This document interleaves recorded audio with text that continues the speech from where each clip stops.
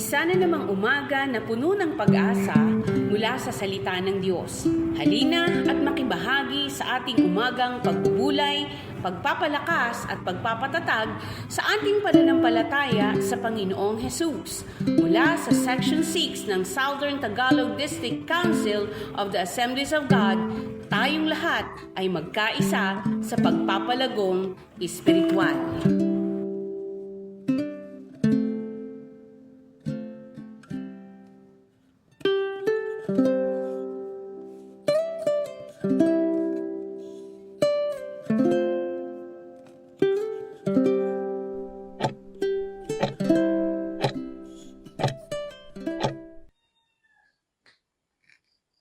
Purihin ang Panginoon sa bawat buhay ng bawat isa. Salamat sa ating Diyos na buhay. Pagkat muli, tayo po ay binigyan ng panibagong buhay, kalakasan ng ating Panginoon.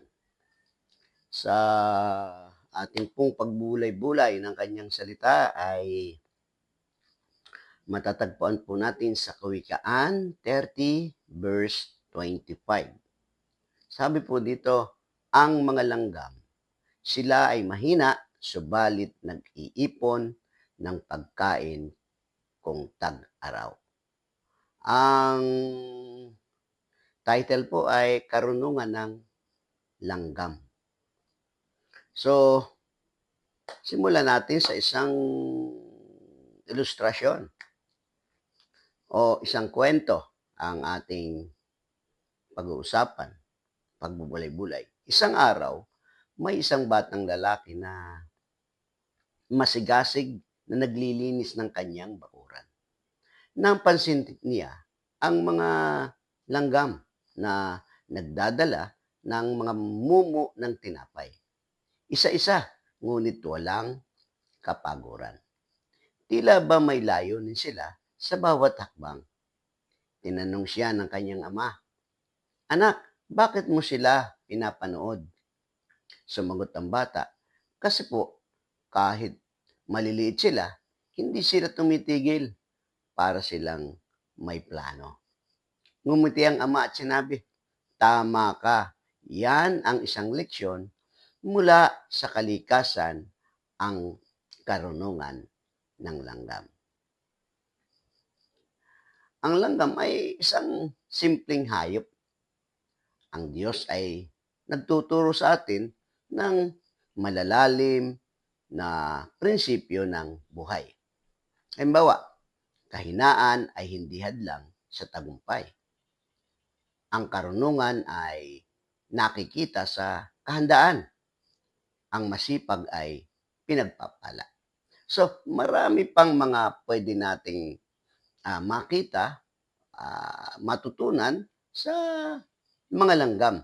Maliliit sila pero mayroong mga lesson na bawat matutunan sa kanilang mga buhay.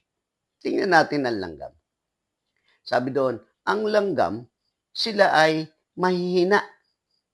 Opo, ang langgam ay isa sa pinakamaliit at pinakamahinang nilalang. Wala silang matalas na mga pangil o matitinding depensa. Ngunit hindi ito hadlang para sila'y mabuhay, magtagumpay, at makapagtayo ng masalimuot na mga tahanan sa ilalim ng lupa. Ganito rin tayo. Maaring mahina tayo sa paningin ng mundo, wala tayong kayamanan, connection, o edukasyon. Pero sa Diyos, kaya tayong gamitin. Sabi nga ng 1 Corinthians chapter 1 verse 27, ngunit pinili ng Diyos ang mga bagay na mahihina sa sanlibutan upang hiyain ang malalakas. So, kaya nga kapatid, na kahit mahina, ginagamit ng Diyos. Sabi nga noon ng ibang mangaral, ang pinipili ng Diyos ay yung walang sinabi. Sa English daw po ay seedless. Medyo napatawa ako doon. Ano po? Ganyan ang Diyos. Kasi gusto ng Diyos ay kahit mahina, kaya niyang gamitin sa kanyang layunin. Ikalawa, makikita natin ang langgam ay nag-iipon ng pagkain kung tag-araw. Opo, kapag mainit ang panahon at maraming pagkain, nagsisikap ang langgam na mag-ipon. Hindi siya nag-aaksaya ng panahon. Hindi siya naghihintay ng tag-ulan o kagipitan bago kumilos. Ito ang totoong karunungan, ang marunong magplano. Marami sa atin ay nag-aabang lang ng biyaya pero hindi naghahanda. Tulad ng mga estudyanteng hindi nag-aaral ng buong semestre at umaasang papasa sa exam. Ang langgam ay kabaliktaran nito, laging handa. Kapatid, kung gusto mong maging matatag sa panahon ng pagsubok, magsimula ka ngayon. Ngayon pa lang sa paggawa ng tama. Mag-ipon, hindi lang pera, kundi ng pananampalataya, kaalaman, at karakter. Sabi nga ng Kawikaan 6:6-8, masdan mo ang langgam. Ikaw na tamad, masdan mo ang kanyang mga lakad at magpakapantas ka. Na bagaman walang pinuno, tagapamahala o tagapamahala naghahanda ng kanyang pagkain sa tag-init. Kapatid, yan ang langgam. Maraming aral na tayong matututuhan. Hindi lahat ng kalakasan ay pisikal. May kalakasan sa pagpapasya. Pwede yon na makita natin sa langgam. Ang langgam ay may mental strength, disiplina, tiyaga, pagkakaisa. Kahit wala silang namumuno, gumagalaw sila ng may sistema. Tayo rin ay binigyan ng Diyos ng ganitong kakayahan, ang kalakasan na gumawa ng tamang desisyon araw-araw. Alam nyo, may isang taong nagsimulang magbasa ng Biblia, kahit isang chapter lang, kada araw. Akala niya ay maliit na bagay, pero paglipas ng isang taon, malalim na ang kanyang pagkaunawa sa salita ng Diyos. Disiplina ang nagdadala sa kanya roon. Ganon din tayo. Mahalaga ay meron tayong disiplina.